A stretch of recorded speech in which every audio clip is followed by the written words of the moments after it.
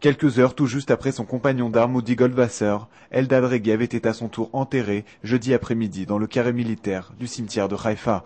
Comme pour Udi, la foule était immense pour lui rendre un ultime hommage et l'armée israélienne, devant un parterre d'officiers de Tsahal et de responsables politiques, tel le ministre de la Défense Ehud Barak, a rendu à son soldat Eldad Regev les honneurs militaires. חלמנו כולנו, המשפחות ומדינת ישראל, לחבק את אודי ואלדד, לעטוף אותם בחום ואהבה אחרי שנתיים עצובות. רצינו לראות אותם ואת משפחת רגב וגולדווסר, וכולנו איתם עם חיוך על השפתיים, אחרי מאות ימים אפלים, אך לא כך קרה.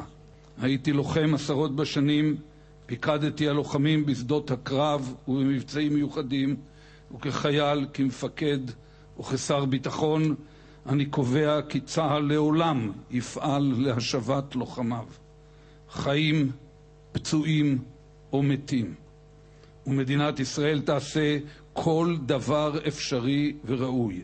ואני חוזר, כל דבר אפשרי וראוי כדי להחזיר את הבנים הביתה.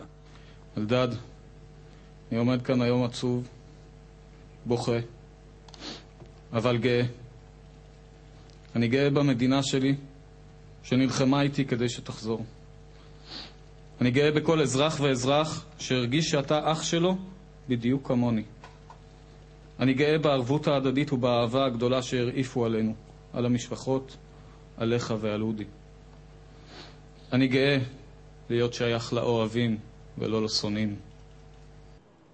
Au cimetière militaire de Haïfa, l'émotion était à son comble tout au long de la cérémonie. Après la lecture de psaumes prononcés par l'aumônier des armées, le Rav Ronsky, le père du soldat et ses 3 fils ont récité le Kaddish, la prière des morts.